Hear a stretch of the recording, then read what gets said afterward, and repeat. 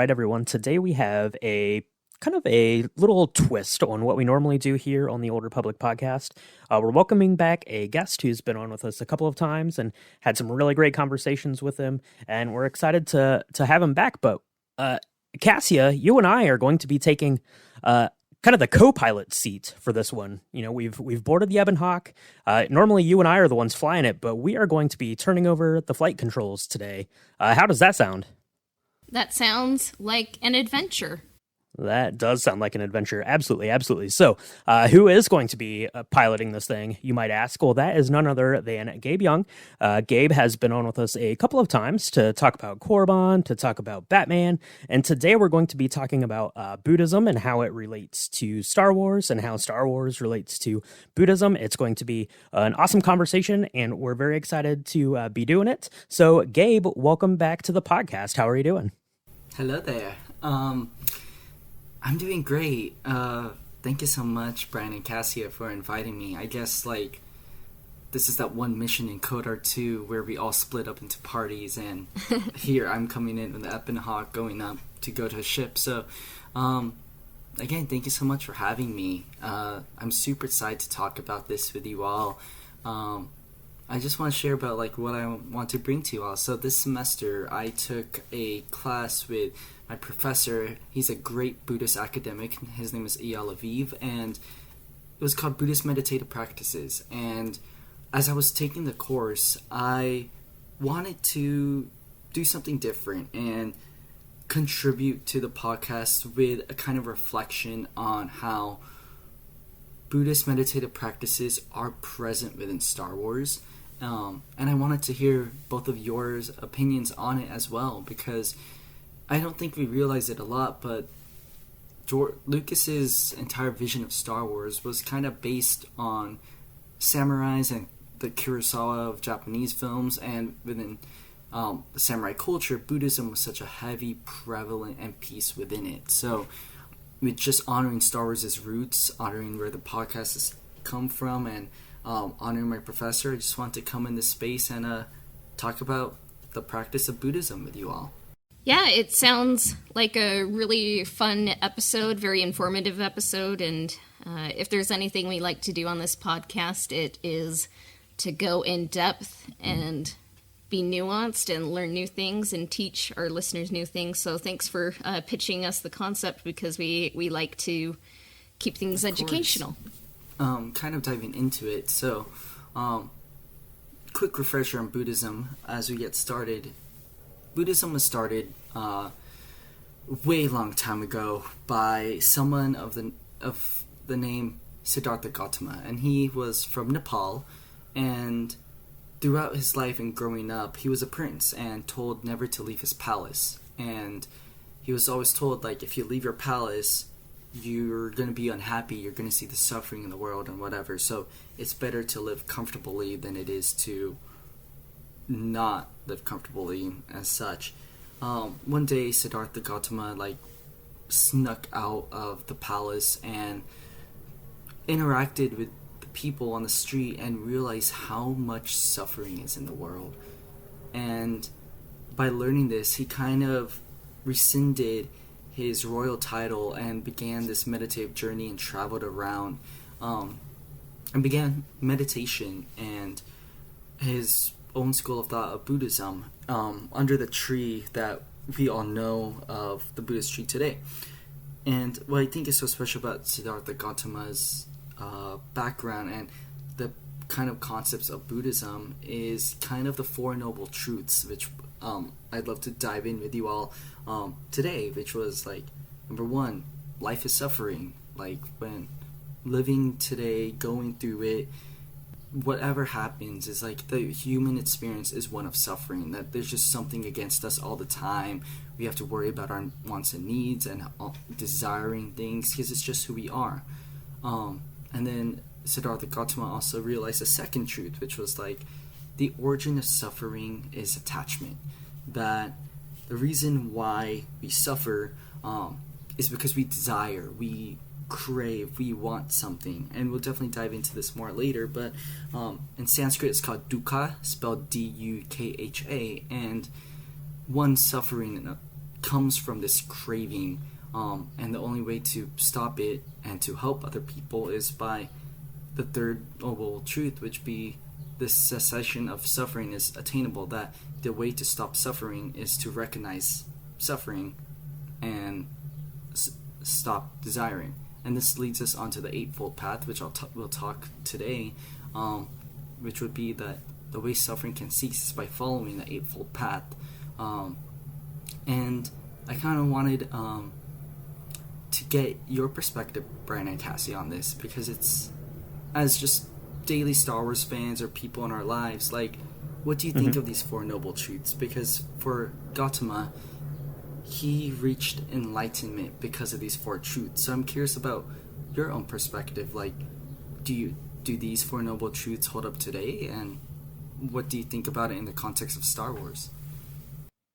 Yeah, definitely, Gabe. As you mentioned, Lucas drew a lot of inspiration, from world religions and things when he was, creating Star Wars. So to see, kind of these Four Noble Truths, suffering, is a big one. And that's a part of what we see in Star Wars, told over and over again. You have, kind of falling to the dark side is just to live with this, kind of eternal suffering. You're taking this path of ease, of this path of greed, and what does that get you in the end? It gets you into this suffering. So definitely, I can certainly see these noble truths playing throughout, in Star Wars and into KOTOR, which we're going to be digging into a little bit more as we go kind of in through the Sith and the Jedi codes here. But that's the one that pops right out at me when I think about, these Four Noble Truths. What about you, Cassia? The Four Noble Truths, it's an ancient belief system, and it's still with us today, so it's timely and timeless. So I think it kind of taps at something inherent in humanity all over the world, and I think that's like why we tell stories, is to relate to our lives. And Lucas definitely kind of incorporated lots of different thoughts into the creation of the Force, because it was kind of meant to like distill the philosophies and religions of the world, but to kind of give everyone something to identify with, and I would definitely say that the Force is more inspired by Buddhism, Shintoism, and I think it's wise to realize like life is suffering, to find the cause of it and how to end it and how to continue on that path. Kind of in the Star Wars stories, you'll see kind of this story arc that, ultimately kind of ends in some sort of atonement. You talk about the Noble Eightfold Path. So I think that, over the course of the Star Wars stories, whether it be the prequel trilogy, the original trilogy, sequel trilogy, or even into the Knights of the Old Republic games, you're seeing kind of these falls into darkness, and then paths out into the light through atonement and learning to live within yourself and within the world, to just to shine some light on that darkness, I guess. Yeah, for sure. No, that was super insightful. Thank you so much for answering that, because like coming into the space, I have this thesis, and hence why in coming conversation for y'all, to Star Wars experts and me coming with this background class, I want to have this conversation and see if we can either prove or disprove this thesis that I have.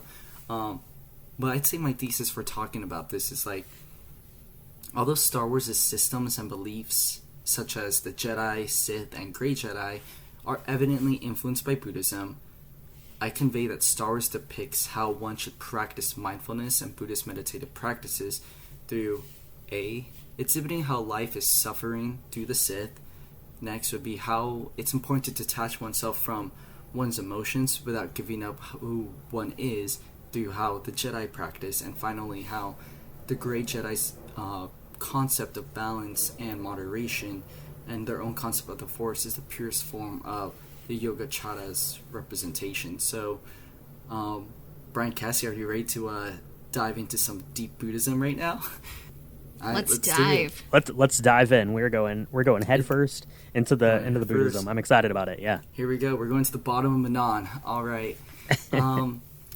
So the first thing I mentioned, the first point that I'd like to bring up to you two Star Wars experts is the Sith. So, in Star Wars, in Knights of the Old Republic, we go to Korriban, and in Korriban, Uthar has us learn the Sith code. Peace is a lie. There's only passion. Through passion, I gain strength. Through strength, I gain power. Through power, I gain victory.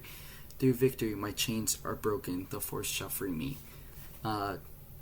In addition to that, Yoda in Episode 3, when comforting Anakin about the impending death of Padme, he tells Anakin to detach, which kind of leads Anakin to go down the Sith path of the dark side, where it's the typical fear leads to anger, anger leads to hate, hate leads to suffering, and suffering leads to death. For me, I'd like to introduce the concepts of the 5 hindrances and the 3 kinds of suffering that the Buddha has taught us. So with the 5 hindrances, these are what prevents us to achieving enlightenment and being able to focus on the Eightfold Path. And these hindrances would be, the first one is desire, clinging, and craving. So that's really just kind of gluttony in the sense of always wanting something, hence causing suffering. Next one would be aversion, anger, hatred, which would be having ill intent towards another person and wishing for their downfall. The third would be sleepiness, sloth, so, falling asleep, not staying focused. After that would be restlessness, like not being able to control one's actions. And finally, the 5th hindrance would be doubt, not trusting in people. And because of these 5 instances, it leads to the 3 kinds of suffering that aforementioned, which is the suffering of pain, the suffering of change, and the suffering of conditionality. So, what do you think, Brian Cassia? I know I introduced the Sith code and Yoda's perspective, but with the 5 hindrances and the 3 kinds of suffering, would you say it is fair to say that the Sith proves or exhibits how these 5 hindrances and suffering restricts us from attaining enlightenment, and why? Oh yeah, absolutely. This the Sith code definitely lines up with the 5 hindrances and the types of suffering. And we talked about the Sith code back on the Korriban episode that you were on with us, Gabe. That was episode number 86. So all of Gabe's classmates, go listen to that. You can get more in detail here on the Sith code, but yeah, I mean, definitely. So part of being the Sith, taking this creed, going down the path of the dark side, it's basically, you are, peace is a lie. There's only passion. It's just, kind of this internal fire that's inside of you. It kind of at whatever the cost is, whatever you want, you can have. Through passion I gain strength, through strength I gain power, through power I gain victory, through victory my chains are broken. So it's a very selfish code to live by, and you have to be all in on it to be Sith, because it's a very cutthroat organization, I guess. But you can see how, living this life of greed, of taking the easy path, trying to conquer, ultimately that leaves you alone. It leaves you vulnerable. It leaves you without friends, without loved ones, and it's just a weight of all of this pain, of all of these sufferings. You mentioned the 3 kinds of suffering, and that's just something that's on your shoulders if you decide to go down this Sith path, I think. Yeah, and funnily enough, the Sith code was created specifically for the Knights of the Old Republic game, when you first land on Korriban and enter the Sith Academy, which is kind of like if Slytherin were in Star Wars and they needed to teach everyone, that's where they would go. But it's odd because some people find the Sith code like uplifting, and like, I don't really get that. Don't understand that. It's a strange take, I think. Yeah, I think It is.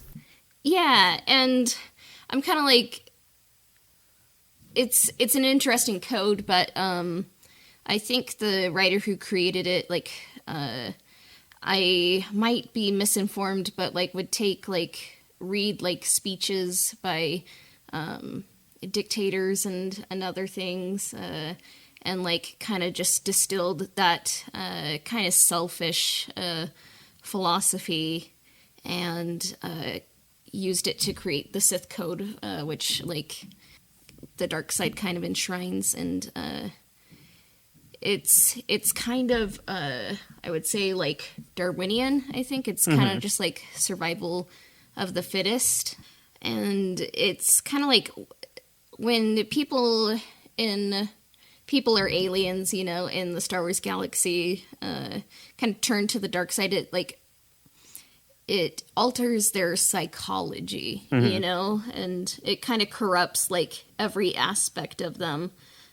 So it would be fascinating to like just kind of like be a psychologist in the Star Wars galaxy. Like, I don't know if psychology exists because no one gets therapy. That's probably why they all turn to the dark side. But No, absolutely. Yeah, and I think like the Jedi don't quite get it right either, but if you think about Maul and Revenge of the Sith Anakin and Attack of the Clones Anakin, they just seem agitated. And then, like, as they kind of give into the dark side, like, everyone kind of wants more and more. Like, Palpatine is not content with the galaxy. And Anakin turns away from Padme. The whole reason he turned to the dark side, like, because he believes that she's sided against him with Obi-Wan, and it's kind of just about the self without compassion. It's kind of more how about the dark side user feels rather than worrying about how others feel. Yeah. So They had the Sith are wrong. 100%. Yeah, and I mean, if you play the game, if you play Knights of the Old Republic, or you get glimpses of it in Knights of the Old Republic too, but when you go to Korriban and you leave the academy, you go into, it's almost like a Valley of the Kings type of a thing, where you know they have these big temples and monuments to, you know, the old Sith lords, but you know all of those, they're just sites for like grave robbers and these students to try to go and to, you know, take the possessions that, you know, these Sith lords accumulated. So yeah, it's not a very bright and cheery path. It's not one filled with a lot of love. Yeah, so definitely definitely suffering, you know, as you go through here. And I was, you know, kind of looking through these hindrances, and yeah, Cassia, you nailed it right there. You know, looking at Anakin and Darth Maul, you see kind of their restlessness and their agitation, and you know, quick to act and not very quick to take a step back and do some thinking. So yeah, I definitely see a lot of parallels here with the particular section of Buddhism and how it would relate to the Sith code that we learned here. Yeah, and you bring up a good point, Brian. Korriban, in case people aren't aware, it's the traditional like Sith homeworld. Kind of Sith homeworld, and like it's kind of where the Sith like are buried. It's kind of inspired, I guess, like by ancient Egypt, and it's interesting. I forget if the poem by Percy Bysshe Shelley is pronounced Ozymandias or Ozymandias, but it's kind of like saying how like all these great leaders will create works about their greatness and usually kind of force other people to make them, but everyone dies at the end of the day, and like you'll be forgotten, and like your grand monuments will fade away. People will forget you as more and more generations come about. And like that's all the Sith really have on this homeworld, is they go to die there. Like it's a desert kind of devoid of like life. It's not a lush planet like Naboo or Alderaan. So it's kind of like symbolic to kind of show like there's nothing kind of like fulfilling and lasting about what the dark side is. When you both are talking about the Sith, it's so interesting to think about them as like that warring state all the time, because would be fair to say that they are in a state of perpetual suffering because they're desiring power, they're angry, they slot the way at doing change, they're restless, they always doubt others. Like there's that ill intent behind it, which leads to it. And kind of another Buddhist concept I want to introduce and ask you all about is the concept of living mindfully. So in Buddhism, when they talk about living mindfully, it's when one meditates, they're able to, particularly in Vipassana meditation, pinpoint their emotions, their needs and desires. And yeah, it doesn't seem like when the Sith meditate, they necessarily focus on that, but instead, because they don't necessarily focus on who they are and the hindrances of the suffering that they're inflicting upon, it leads to this craving of power, doubt, and aversion in others. And so, one thing I want to ask you all is, Brian, you touched upon this, is the selfishness aspect of the Sith. Buddhism is huge in the sense of when you're living mindfully, again, as Gautama saw it, that life is suffering, and the way to combat suffering is by attacking at the source, not suffering anymore, and helping other people be compassionate through that. Would you say that the Sith truly, as my first point or this thesis is, they exhibit how life is suffering and how the absence of living mindfully for oneself and for others leads to suffering? Is that fair to say? What do you all think? And in particular, I want to throw it in there. How can this be seen for Anakin and Revan? Especially that we're using the code from Yoda and Uthar that they gave both of these peoples. Mm-hmm. Definitely, and kind of the core component of being a taking this Sith code and living that life is it's a life of greed and pursuit. And the one thing we know is that the ultimate downfall of greed is that it can never be satiated. Cassia mentioned Palpatine wasn't happy with ruling the galaxy. Like even that wasn't enough. Like there's always going to be another prize to be won. So yeah, you can never get to kind of this restfulness that you get within yourself.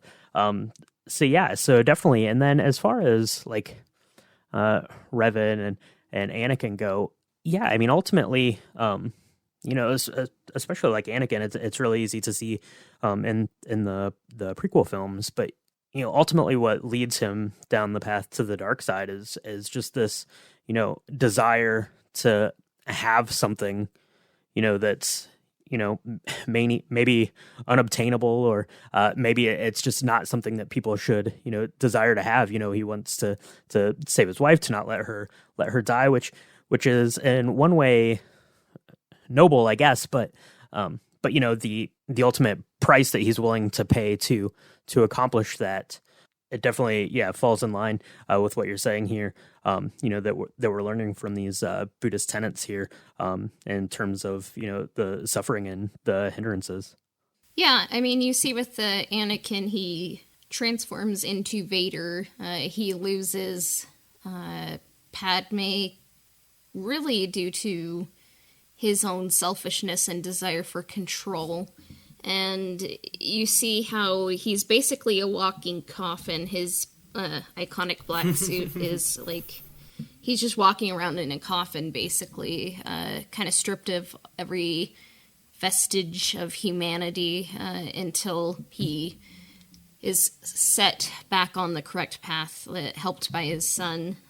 So the 5 hindrances are desire, clinging, craving, aversion, anger, hatred, sleepiness, sloth, restlessness, and doubt.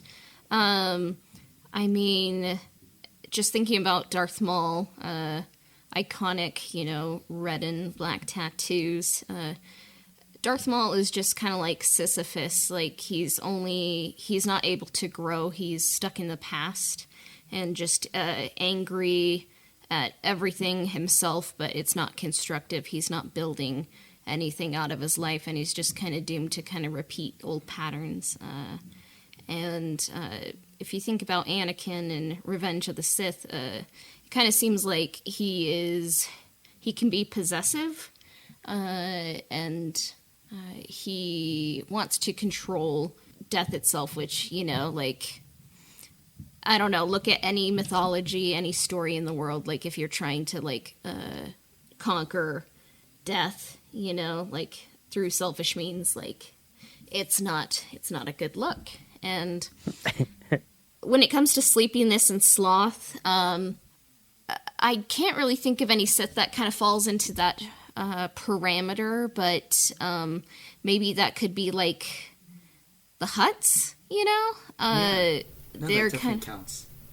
Oh yeah, I'm sure there's like a Sith hut somewhere, and just taking naps all day. Yeah, just taking naps. To be fair, if you think about how Plagueis died, Palpatine killed Plagueis in his sleep. So yeah, he was kind of wasted, after Palpatine was elected Chancellor, and just kind of trusted his own self too much, and I mean, if you look at Sith, most of the time I think they probably need a nap and they would be kinder to others. So the light side is getting the proper amount of rest. So and then I mean, you always kind of just see Kylo Ren, he's just restless, his fists are clenched by his side, he doesn't seem at ease,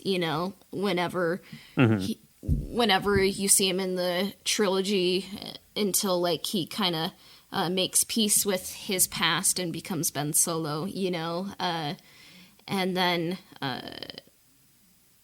I don't know, doubt. It just kind of reminds me, I guess I do like Anakin in the prequels. I grew up with the prequels. Anakin just doubts Padme and thinks that she's plotting against him, when Obi-Wan and Padme just want to help him, and yeah, so that's what I see. Sure. Thank you for that.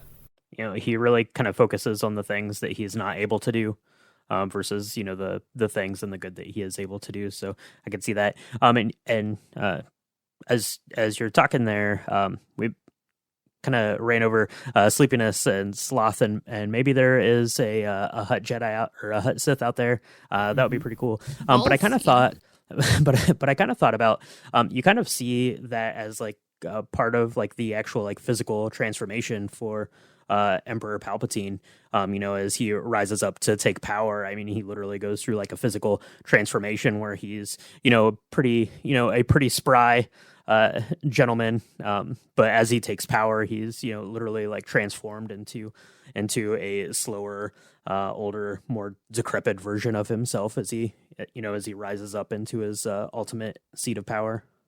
For sure. That I didn't think about that. That's really awesome. To kind of tie a nice little bow on the Sith point, since I'm sure that we kind of proved that the absence of being mindful and compassion is not healthy. The line, "through victory my chains are broken," that really focuses on a liberation of sense of suffering. So kind of to close it on this, Brian Cassia, do the Sith really liberate themselves from suffering, or not, and why? I would say that they're not broken. I think that maybe is just kind of the case of that's what they need to tell themselves to justify the other points of the Sith code.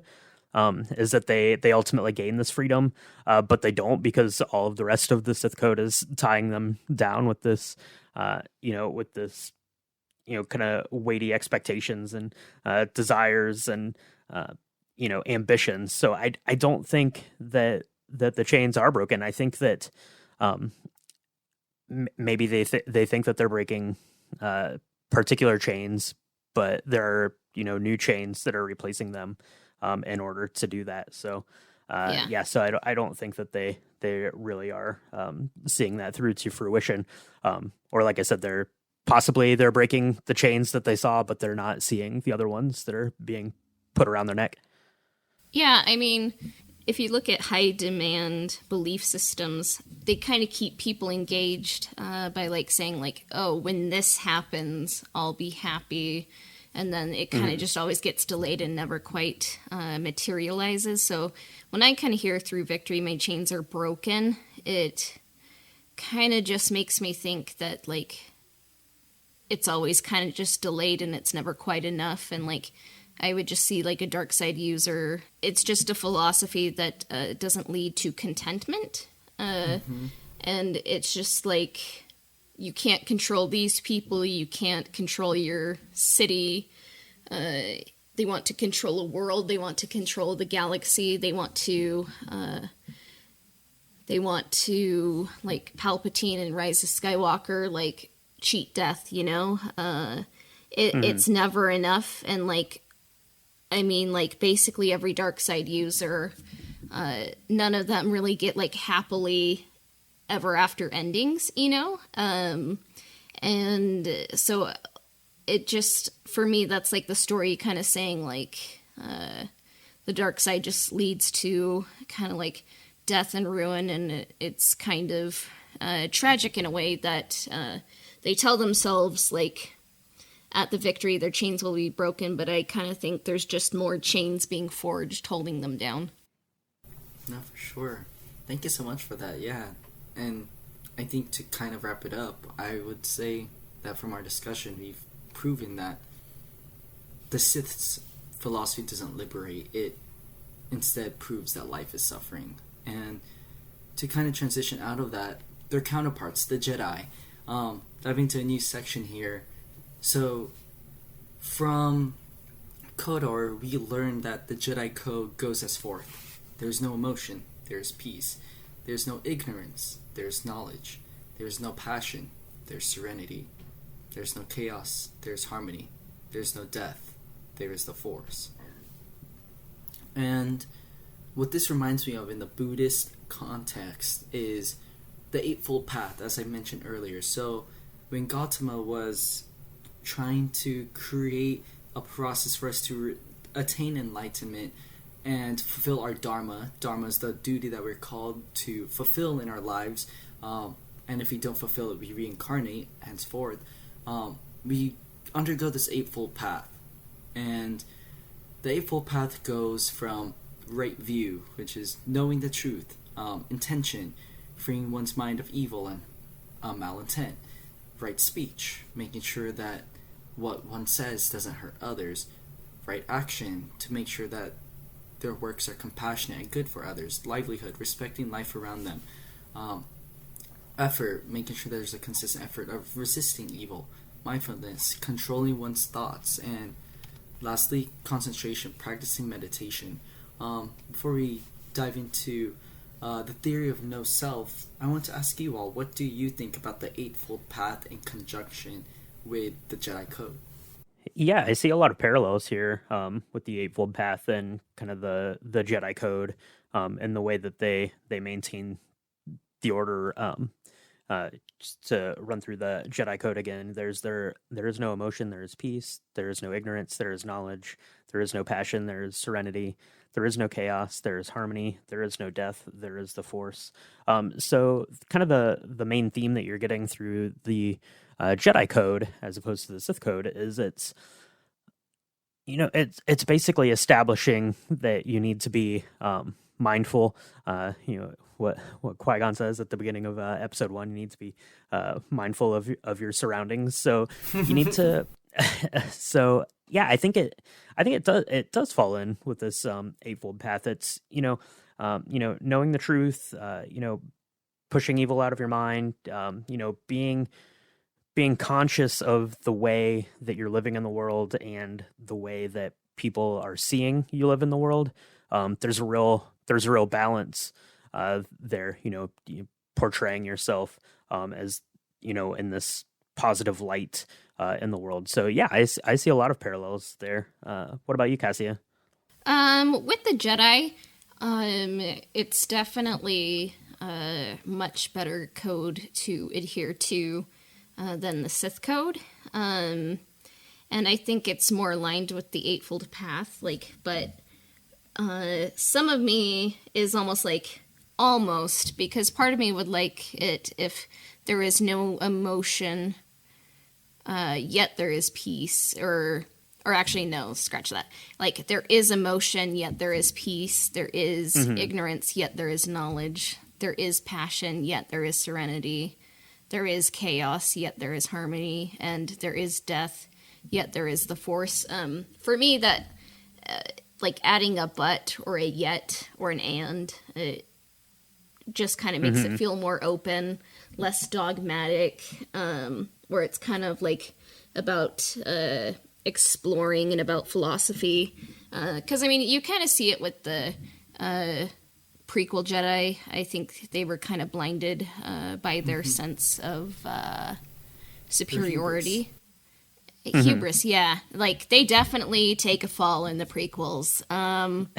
And in KOTOR, I would say, they're kind of like the prequel Jedi, but a whole lot worse, kind of more cultish. And if you look at the Jedi world Dantooine, every Jedi trained there basically falls to the dark side at some point. So kind of with Bastila, Juhani, Alec, Revan, and I believe Atris and Kreia, all the ones we see that were taught on Dantooine, they basically turn to the dark side, and I think that's because just the Jedi were just thinking they're so superior and thinking that there's nothing to learn, kind of having a closed perspective, thinking they had the ultimate truth, But I definitely think the Jedi code is worth having, and it's better and it's healthier than the Sith code. But I think it's imperfect, and that's okay. Humans are imperfect, but I think that's the point of being a Jedi, is maybe to be kind of someone who can see the whole picture. And we'll talk kind of about the Grey Jedi later, but I think the goal of the Eightfold Path and the Force, it's to reduce suffering in yourself and for others, and kind of detach yourself from what you want. Still have a self. You have to have a self to be selfless, I would say, and not be selfish. And just kind of not be misled by your sense of superiority. That's what I would say. For sure. And that kind of brings me towards my next point. The theory of no self. So there was a Buddhist meditator, goes by Gethin. He talks about this theory of no self. I want to introduce this quote to you, which is, to understand not self, you have to meditate. If you only intellectualize, your head will explode. Once you understand not self in your heart, the burden of life will be lifted. Your family life, your work, everything will be much easier. When you see beyond self, you no longer cling to happiness. And when you no longer cling to happiness, you can begin to truly be happy. And so, Cassie, you're kind of getting to this point that the Jedi, in a sense, feel dogmatic and restrictive because they detach themselves in an unhealthy way that doesn't necessarily make them happy, but has them ignore their emotions instead of living mindfully and recognizing what happiness and compassion is. So I want to ask you both, Brian and Cassia, with this theory of no self, and to kind of visualize it, no self can also be viewed in the sense of Force Ghost and Qui-Gon and Anakin, Obi-Wan, Yoda showing up and Return of the Jedi and later on. This theory of no self, what does that mean for the Jedi in particular, and especially in conjunction with that Eightfold Path? If Jedi are supposed to practice this code of living with no emotion, ignorance, passion, chaos, and death to have peace, knowledge, serenity, harmony, is that really possible within the Jedi's perspective of liberating suffering when they themselves do not practice the theory of no self? What do you all think? I think that kind of the foundation of what the Jedi believe and what kind of the kind of the good faith that this Jedi code was made in kind of would apply to this kind of theory of no self, but it really doesn't paints everything so black and white. And Cassia had mentioned it doesn't allow for any sort of living within yourself. Like you have to kind of tamp that down. So I don't know. I think I think in theory the Jedi could practice into no self, but I think that by the time we get to like the prequel trilogy and they're really pushing this hard, strict, dogmatic view of what the Jedi are supposed to be, that they can't by then. If anyone out there listening has read into any of the High Republic, I think that that definitely the Jedi are kind of able to embrace this theory of no self, and you see kind of the way that they interact in the world that way. But I think that in the stories we're talking about here in KOTOR, with this Jedi code, and by the time we get to the Star Wars films and the prequels, it's becomes so kind of strict and dogmatic. It just doesn't allow kind of the flexibility to to be mindful enough to fall into this no self theory that you're talking about here, Gabe. Yeah, I mean, with the Jedi, I mean, anyone can be happy if they aren't honest with themselves, or sometimes you see people like ignoring like some obviously like hard things and kind of pretending they're not there, and like you can kind of sense that they're there and they're like, I'm happy, and it's like, you're just not processing this, but okay. And yeah, it's like your social media life, right? Like you only put things out there that you want people to see, to be proud of, and to think how well you're doing, and you internalize all of the actual real things that you're going through on a day-to-day basis. Yeah. Yeah. And so it's like, I think the Jedi are good, but it could be better. And like you say, the High Republic, I think it's better, maybe not quite perfect, and maybe there is no perfect philosophy, but I think the key is to be trying. And in some ways, the prequel Jedi, I think they just kind of closed their minds, and they weren't like seeking the truth. They were trying to like just kind of be dogmatic, kind of find the answers that they wanted to find. And other Jedi who were kind of willing to like explore other options, kind of find the whole view of the Force and transcend. And the no self is a fascinating concept. Yeah, so to kind of branch off of that, so as I mentioned with no self, it's very taking that introspective look at oneself to make sure that the beliefs are aligning with others. I know you all kind of mentioned it, but I want to bring up that Qui-Gon was the first one to achieve becoming a Force ghost, and eventually gave that to Yoda, and who taught it to Obi-Wan, and eventually Anakin was able to achieve it. Would it be fair to say that because the Jedi have followed such a dogmatic code that they lost sight of what the theory of no self is? In other words, they've lost sight on the ability to reflect upon themselves to make sure that they're actually following that Eightfold Path that their code was inspired by. What do you all think? And is there a specific instance, I know I brought up Qui-Gon and Yoda, that you all can point out how the Jedi have lost sight of no self?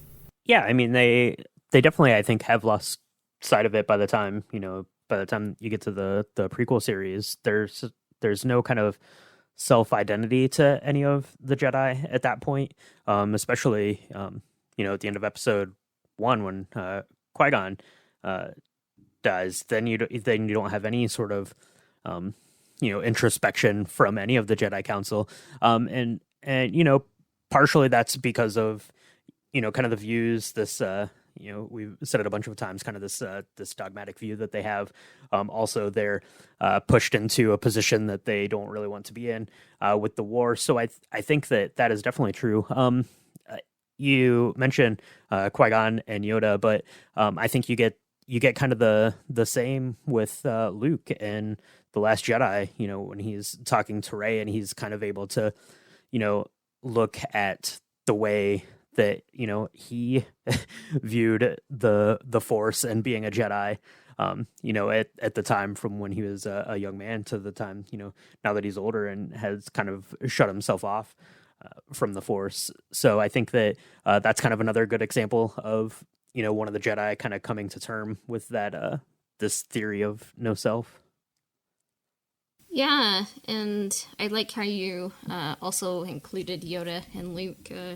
I kind of think of Ahsoka, where she left the Jedi Order, but probably kind of like Qui-Gon, she kind of embodied what a Jedi should be and is selfless, and it'll be cool to kind of see that series explore her past and see what it means to be aligned with good, but not necessarily be a Jedi. And in the current canon, gray Jedi don't quite exist, and there's not really a code, but maybe, I guess you could say, like, the gray Jedi code is, like, maybe, like how I said, like, there is emotion, yet there is peace, something like that, where it's kind of like embracing the ambiguities of life and being okay with not knowing things. Like,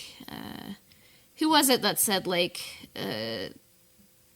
I guess there's, like, many quotes from many people who are smarter than I am, like, that would be able to remember the exact quote, but it's like the more the less you know, the less certain you are. And ambiguity and openness, I think, is, like, the key to the Force. Like, you always have more to learn, and it's not about control. It's not about controlling others. It's about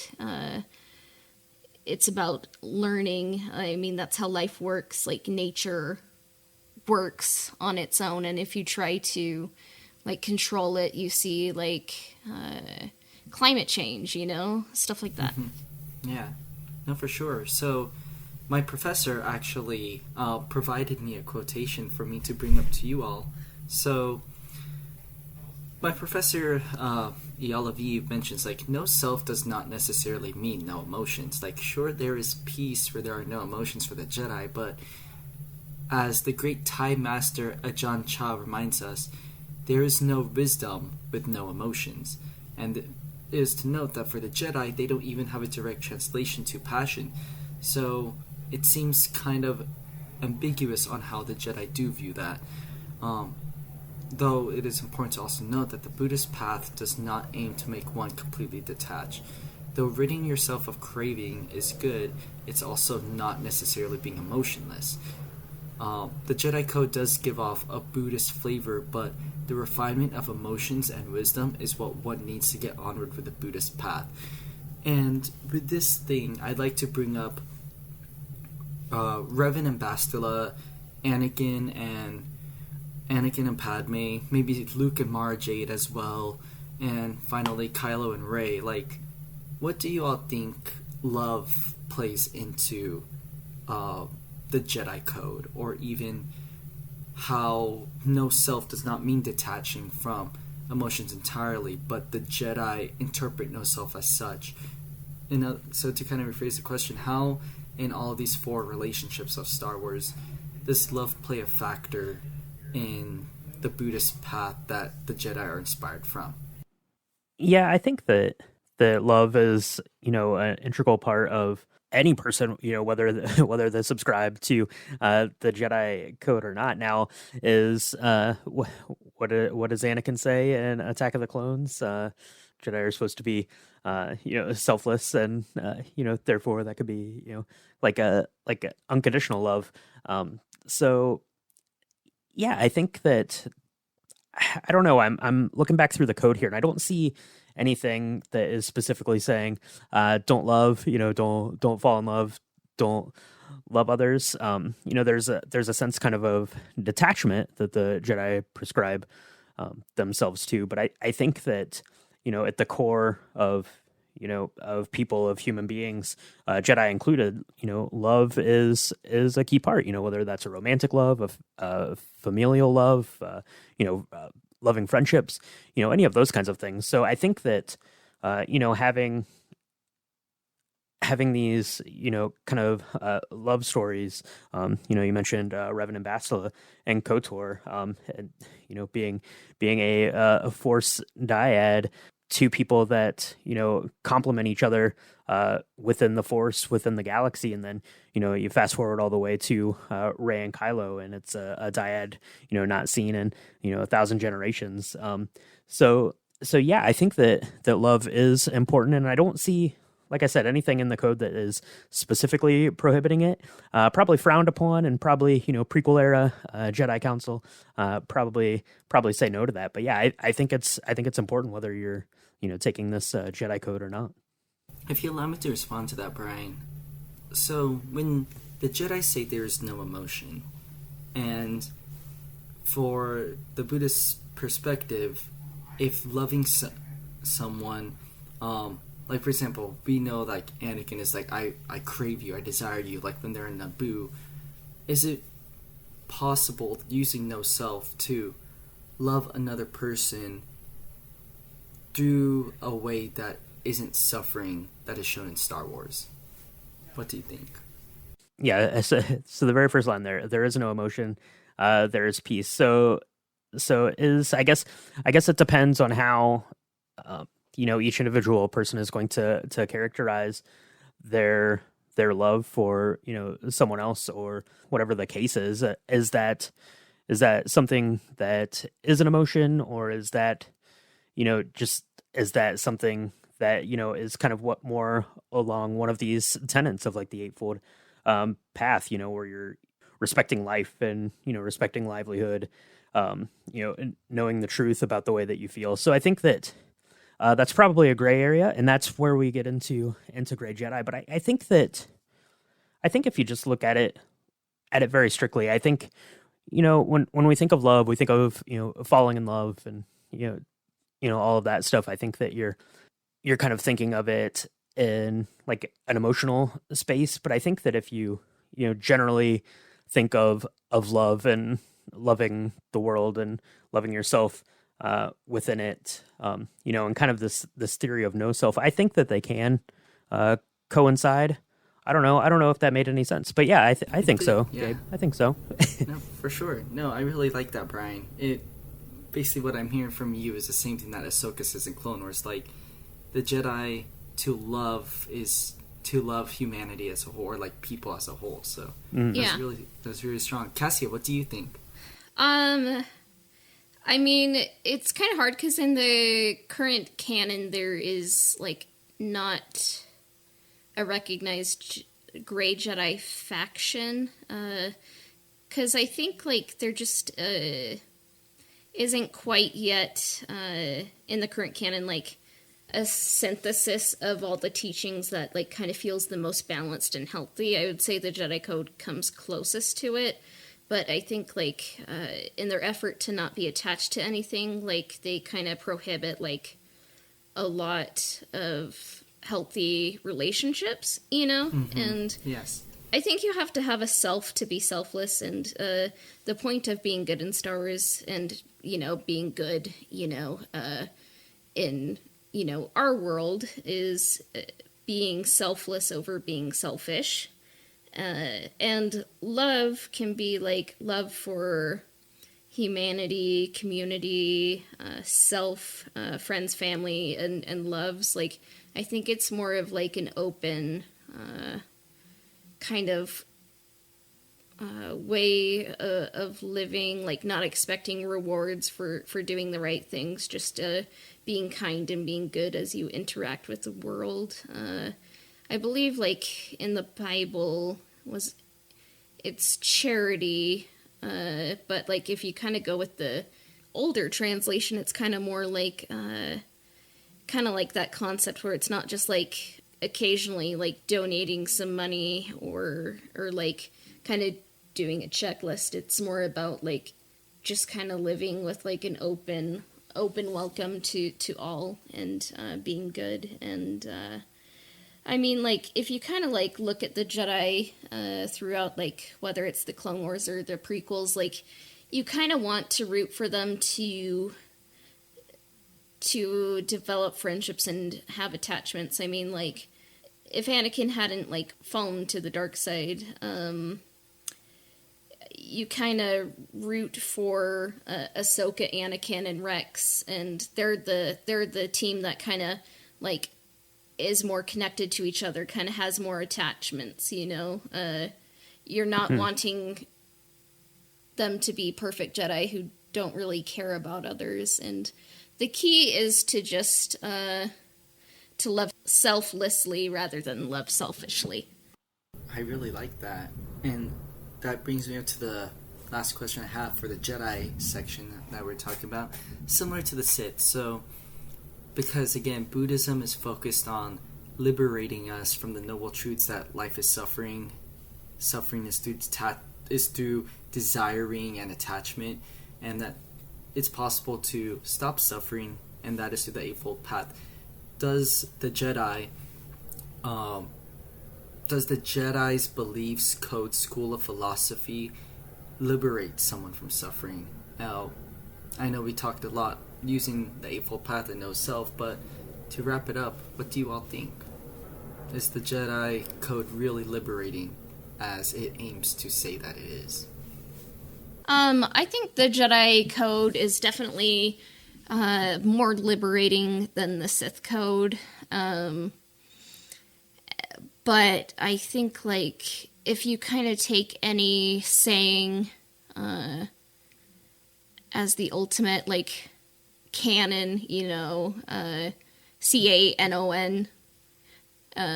like, the ultimate, like, quote-unquote, like, word of God, like, and you kind of don't examine, like, the belief systems and, like, kind of see where the gray area or ambiguity is, like, no matter what it is, you're probably gonna be led astray, you know?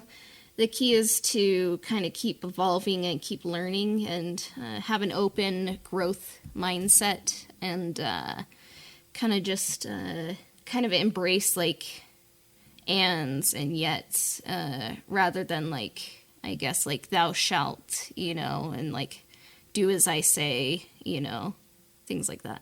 I think the intention is for it to kind of be personally liberating, to, you know, to live at one with the Force. Let's see. So, you know, there is no chaos, there is harmony, there is no death, there is the Force. So I think that kind of the intent of it is to be liberating, to, you know, be able to allow yourself to, you know, kind of live in harmony with the Force. But I don't know that, you know, in any of the stories that we've seen, that we've really seen the Jedi kind of following through with that. As you mentioned, you know, Qui-Gon was the first of the Force ghosts, you know, at least that we know about.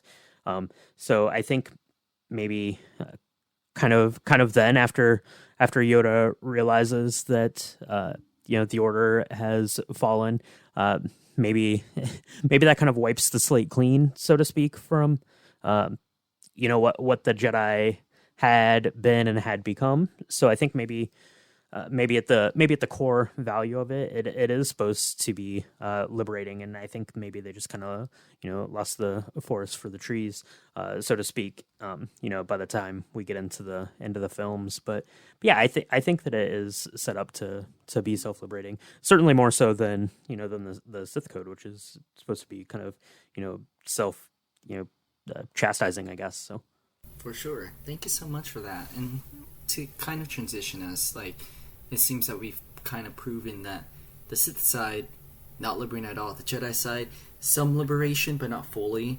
And to kind of transition us into that, I think there are two instances that are great. Is that when the Martez sisters in the Clone Wars mention how Luminara is very cold to them, and it's like, oh, you have to just detach, no emotion. And they're like, that's not how it works. And of course, Ahsoka, that leads her to becoming the Great Jedi. And then moving forwards, looking at The Last Jedi, Rise of Skywalker, Luke's own Jedi Academy fails, and we also see it within The Mandalorian that he forces Grogu to choose between his emotions and his attachments to others, or power, or like be a Jedi. And so I think now, knowing that the Jedi code isn't the answer to liberation, as the Buddha is asking us to follow within the Eightfold Path, we come onto the Grey Jedi, as we've kind of been alluding to this entire time. And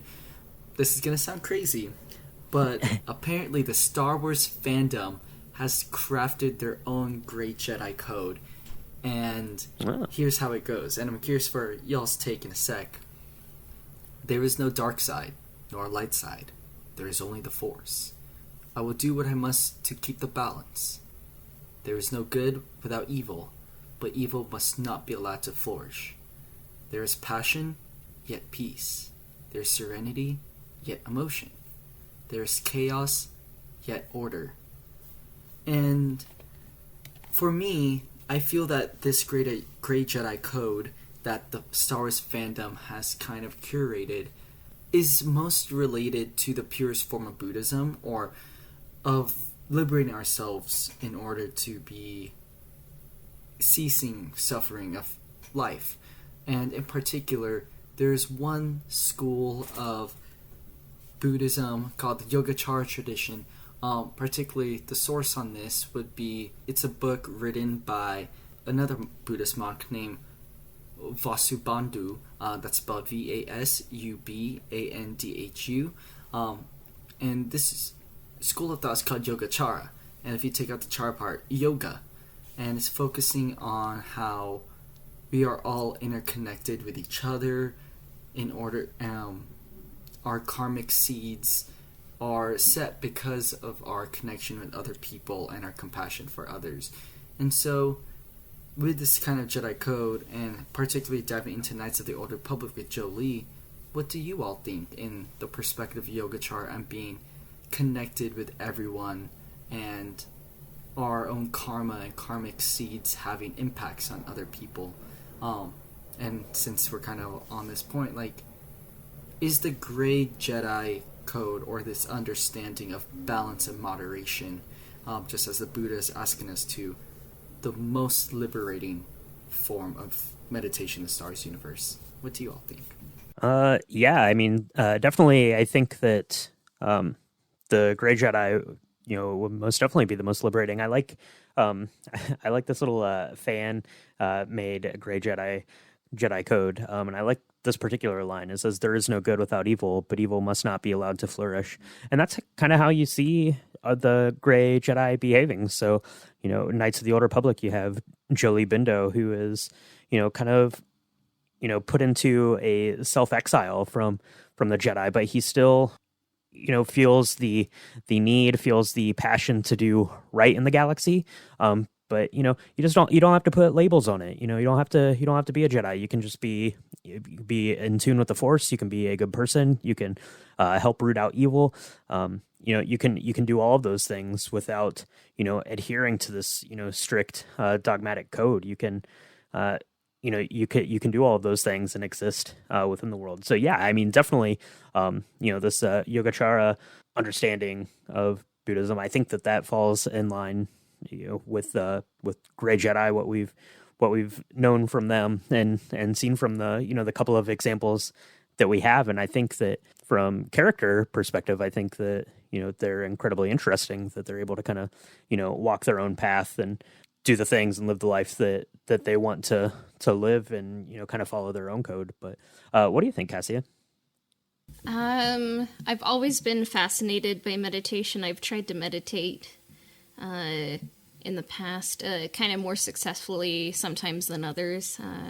I did end up reading David Lynch's Catching the Big Fish, Meditation, Consciousness, and Creativity. I believe it's also, there's a free documentary on YouTube as well. But I think there's a difference between meditation and transcendental meditation, but I'm still learning, and I'm trying to kind of mindfulness and meditation and like kind of finding peace and stuff. But I do like the Grey Jedi Code, and I hope someday like Star Wars will allow itself to kind of find a synthesis, and maybe like some characters kind of get like happy endings. They can be Jedi and like kind of have love and attachment and everything, but maybe then they wouldn't be able to continue the saga, because people would be happy. But it's my hope that one day it'll kind of resolve. But yeah, I think meditation is kind of like memoirs. You kind of take pain and then you transform it into a lesson or growth. And I think that's a good way to live, rather than holding on to things that you feel resentment about. And the key is to move forward. Mm-hmm. Yeah. Thank you for that. Here's another one I want to throw at you. So there's another Grey Jedi code out there too. It goes, flowing through all there is balance. There is no peace without a passion to create. There is no passion without peace to guide. Knowledge stagnates without the strength to act. Power blinds without the serenity to see. There's freedom in life, there's purpose in death. The Force is all things and I am the Force.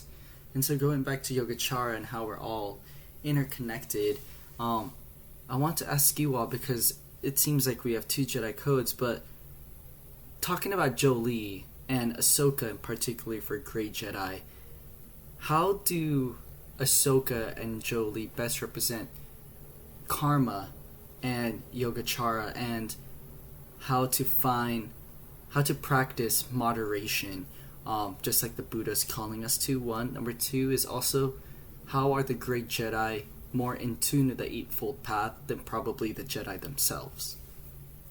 I guess with Jolee, you kind of hear about how he did love, but when his love turned to the dark side, he was able to kind of put his desires on the back seat, and he kind of ended up having to beat her in a duel, and he kind of exiled himself after that. But I think like he doesn't regret loving, and like he wishes things could have turned out differently, but he kind of made like the choice that maybe he didn't want to make, like for his desires, but like he put the needs of the galaxy above his own.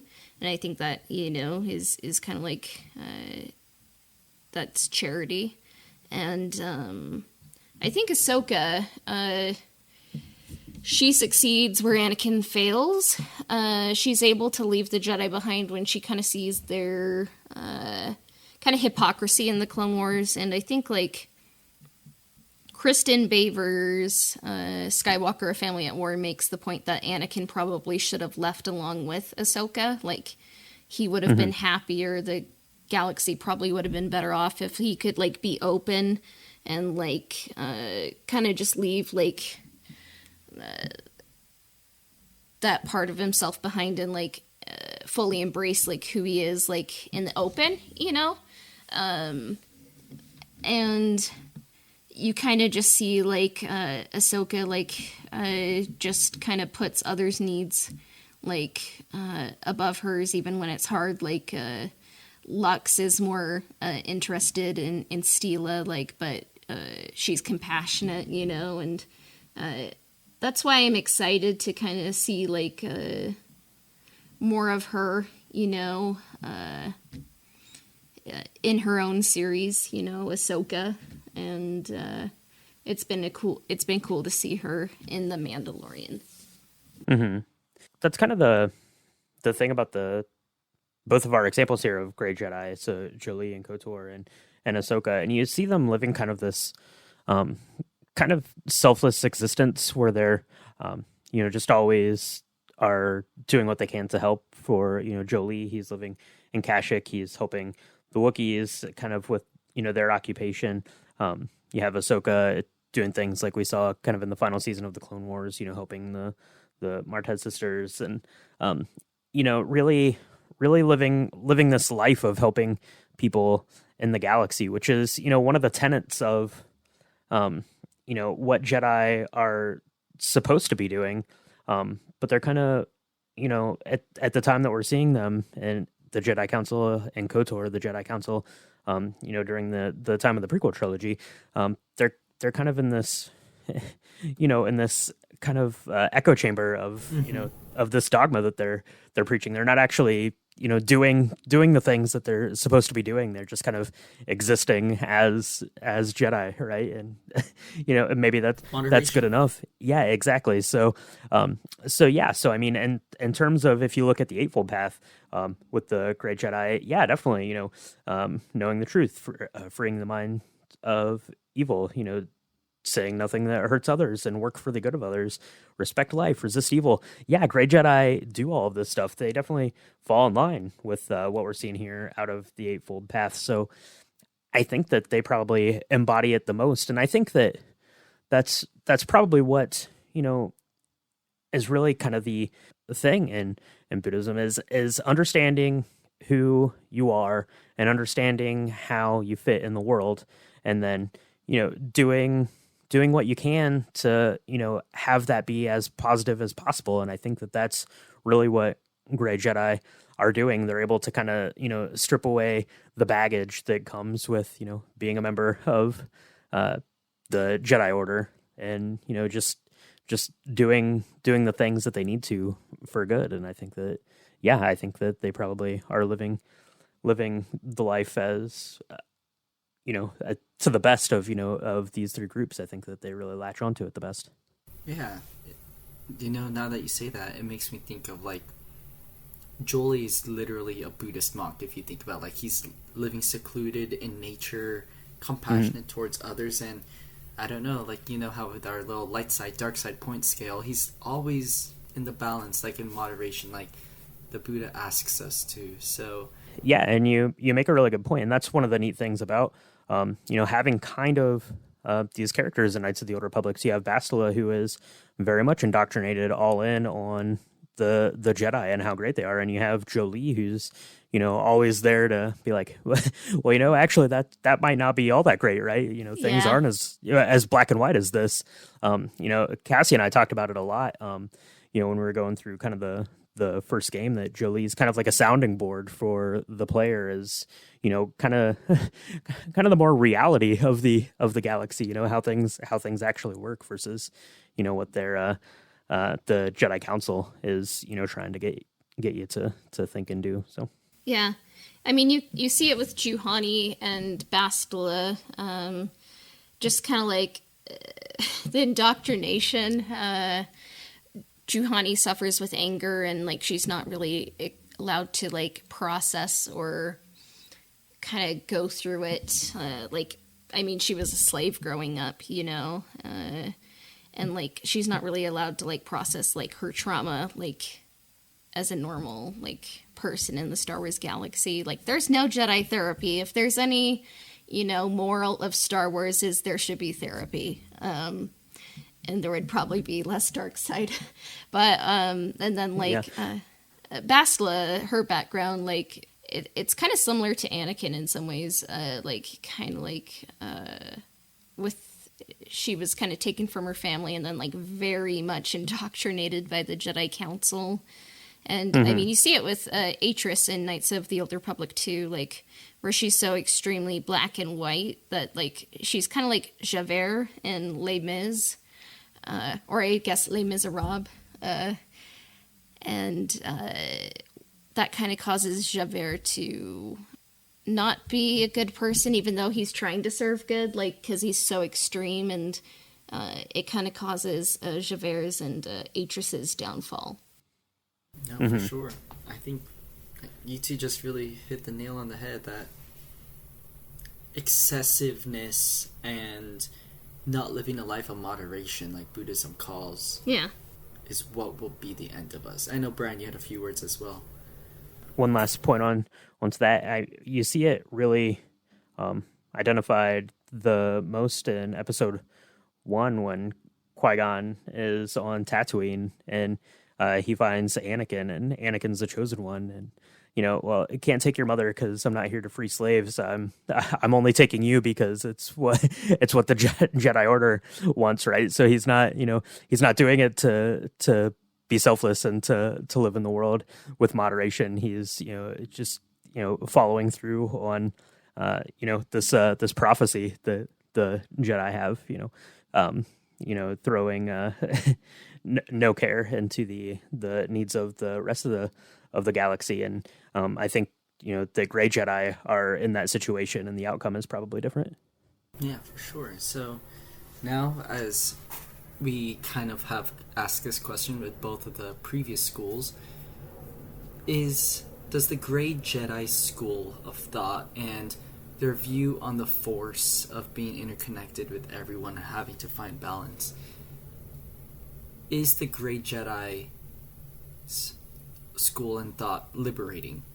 Does it liberate us from the suffering that the Buddha has introduced? And is that where Star Wars shines the most in showing its own Buddhist influence and thought? What do you both think? Yes. Yes, I think that yes. I think that is true. And what does Ahsoka say when she's fighting with Darth Vader? I am no Jedi. You give up you give up those titles and that doctrination, and you just live this peaceful life where you do good and you exist in the world. And I think that identifies with what Buddhism attempts to be. It's this very in tune, peaceful, positive thing. Yeah. What about you, Cassia? Do you think that the Grey Jedi are the most liberating in the Buddhist sense of liberating us from our suffering? Is their school of thought the most accurate? I believe so. Yes. Because Qui-Gon is kind of a maverick Jedi, but I think he was kind of right about more things, and he was the first Force Ghost, and Ahsoka definitely called more right shots, I think, than wrong shots. And I think just when Jedi kind of step away from the systems, like, and orders of, like, what the Jedi Code dictates, and they just be a good person and just be, I think that's when the Force kind of flows through them the most. And the key is just to be selfless rather than selfish. So I think that's cool. Sure. Thank you. And to kind of now, as all essays go, throw in my conclusion here. I want to get your take, Brian and Cassia, now as a conclusion. Was it fair to say that Star Wars' systems and beliefs were evidently influenced by Buddhism because of how Star Wars depicts mindfulness and Buddhist meditative practices through the Sith's inability to be compassionate due to their selfish nature, and which leads to their everlasting suffering, then the Jedi's inability to practice no self and detach them from their own emotions, And finally, the Great Jedi's opportunity and ability to find moderation and balance and practice the Yogacara tradition of being connected with others. Does that sound like a good conclusion to our conversation? Absolutely. Absolutely. How about you, Brian? Yeah, definitely. Yeah, you can definitely see the fingerprints that Buddhism has throughout. Definitely in Knights of the Old Republic, where we're introduced to the Jedi and Sith codes, but yeah, all the way up through kind of all of the lore and all of the supplemental Star Wars material out there. Yeah, you definitely see strains of Buddhism running all the way through it. Yeah, for sure. So, we knew we were talking about this, but since it seems like the Great Jedi are the coolest faction within Star Wars for literally liberating for us from our suffering, ceasing attachment, and again, like, going down this Eightfold Path to enlightenment, who is your favorite Great Jedi, y'all? Brian, Cassie, from all the Great Jedi that we know of, wink wink, who's your favorite? And for the record, Revan and Mitra, the Jedi Exile, are on the table. So Okay. Oh, okay. And Kreia. I'd say Kreia, but not Treya. Kreia. Yeah. Kreia, but not Treya. Yeah, of the ones that we have, I definitely my favorite is Jolee. He's my favorite character in Knights of the Old Republic. I just think that the story and how he found himself becoming a quote unquote a Grey Jedi is really interesting, and I think that his kind of inclusion in the story and how he kind of takes up arms with Revan and the rest of the crew for the Ebon Hawk is really fascinating. It's a really good story, and I think that he's a really important part of Revan and Bastila's story then ultimately. So for me, it's Jolee if I have to pick my favorite Grey Jedi. I do love Qui-Gon, but I don't know. I think I didn't talk about Revan and Bastila enough. I mean, like, I kind of interpret the Knights of the Old Republic story kind of differently than kind of how SWTOR says it happened, you know. I kind of think, like, Revan being brainwashed into turning to the dark side kind of takes away Revan's agency, so I kind of think, like, it was just kind of like the war that kind of forced him to turn to the dark side, you know, like, it's kind of like human nature. War, not good. It was for his the desire. psyche. Yeah. Yeah. And what I kind of liked about KOTOR is, like, I interpret it like he was kind of given a second chance by the Force, and like, Revan and Bastila's, like, dyad bond, and, like, kind of like their love, like, at different times, they save each other. Like, Bastila saved Revan not really out of romantic love, but, like, out of, like, duty for humanity, you know. And then, like, Revan saves Bastila when she falls to the dark side out of love. And, like, they're kind of two broken people who are saved by each other at different times and help each other become better. And I kind of interpret it, like, in my view, like, Revan would have, like, kind of found the Grey Jedi code synthesis, like, kind of taught by Jolee, and I kind of pretend, like, KOTOR had KOTOR 3, and then it had its own ending, and SWTOR was its own thing, but that didn't happen. But this is Cassia's fanfic, I guess. But yeah, right. Like, we probably didn't talk enough about Revan, but Revan's on our logo. That's his helmet, and yeah.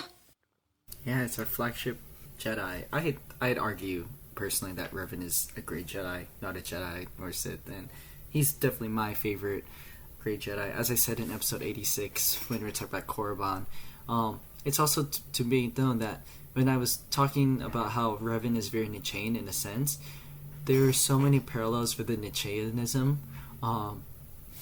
and Buddhism that it goes to show that Revan really did follow or he recognized the Four Noble Truths about life being suffering and attachment, and like how he needs to let go. Like he left Bastila for the greater good. I think also within like recognizing his own suffering and going in moderation, he and SWTOR, as controversial as this may be, the fact that he was separate to a light side and a dark side version of him goes to show that, as Kreia said, Revan was power. Revan was the idea of balance.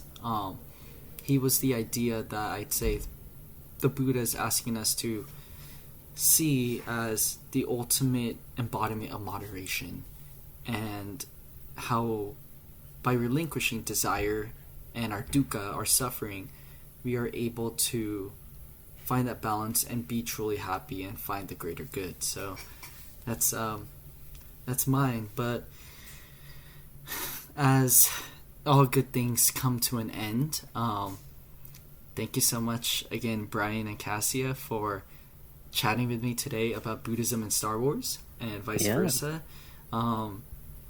Now, I kind of shot this out to both Brian and Cassia, but before we really dive into gratitude, I would like to introduce for you both and for everyone today a kind of 5-minute meditation that I'll walk you all through that I learned from Professor Aviv, called Metta. It's spelled M-E-T-T-A, and in the spirit of gratitude. I'll walk you all through it. And this meditation is to focus on grounding ourselves to sending loving kindness to the universe and to everyone. There's 6 stages of it, and I'll walk you all through it. But Brian, Cassie, are you both ready to meditate alongside with me?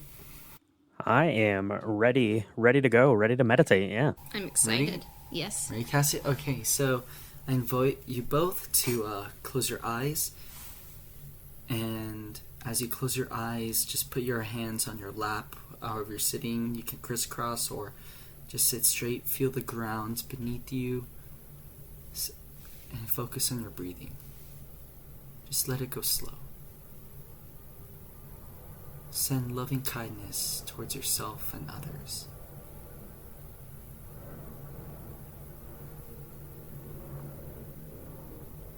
So let's focus on yourself. And repeat the following phrases after me in your mind. May I be free from danger.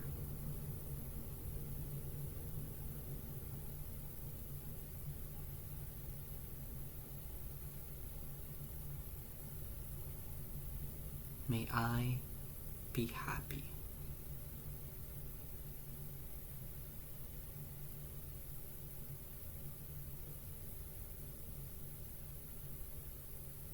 May I be healthy.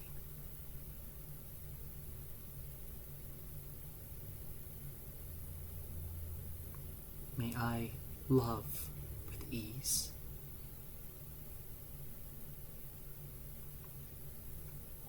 Now, collecting this good energy, we're going to push it out further, and instead we're going to think about a good friend of ours. May my good friend be free from danger.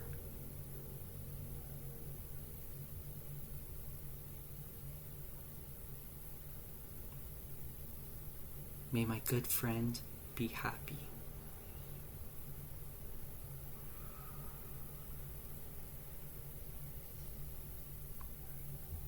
May my good friend be healthy.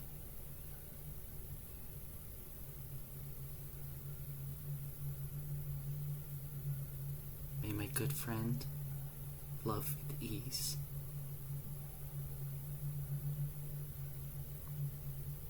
Now extending this energy again once more. Expanding the circle. Think above a neutral person, someone you may not know well, or someone that is an acquaintance. May this person be free from danger.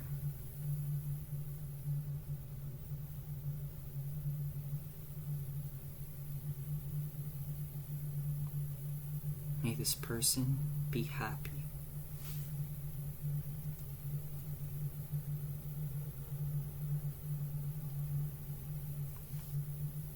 May this person be healthy.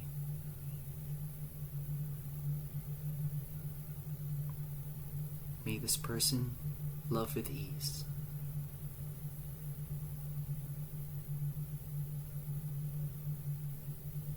Expanding the circle once more, think of someone that you've had difficulty with.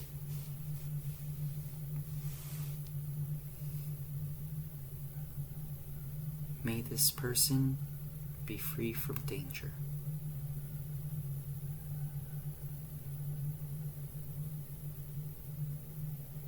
May this person be happy.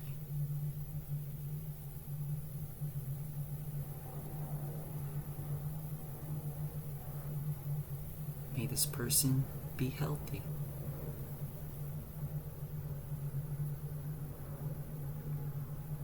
May this person love with ease. Now expanding the circle once more. Now think of yourself, that good friend, that neutral person, the difficult person, and combine all of them and think about these phrases. Again, focus on your breathing. Focus on how the energy is flowing through you. May these 4 people be free from danger.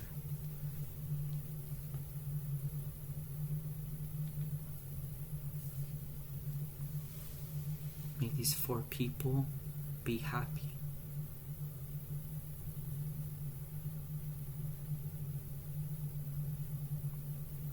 May these 4 people be healthy.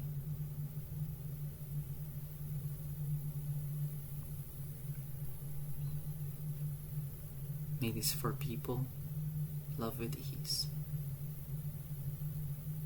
And finally, expanding to the largest circle that we can imagine of our energy, the entire universe. May the universe be free from danger.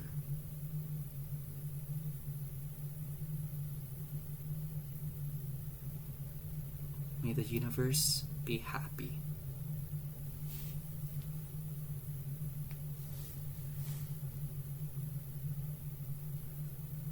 May the universe be healthy.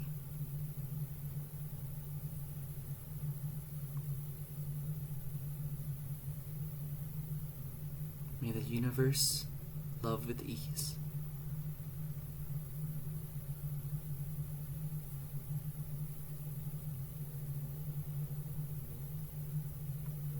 I invite you both and everyone listening to open your eyes, take one more deep breath, and exhale. And that again was the Metta, METTA meditation. Thank you so much, Brian and Cassia, for joining me. How do you both feel? Yeah, I feel great. I liked going through that exercise with you quite a bit. So thanks for bringing that idea to us. Hopefully everyone out there listening was able to go through that too. And hopefully that'll help, day to day, anytime you need a little mental break. I think that's a good way to achieve that. Yeah, I feel like so good right now. Like this would have been a game changer, like to know about long ago. But yeah, I'm glad that I've definitely learned more about the different facets of Buddhism and definitely learned more about meditation. So thank you for proposing this. And it's always nice to have you on. And I think it'll definitely help our listeners. For sure. Thank you so much.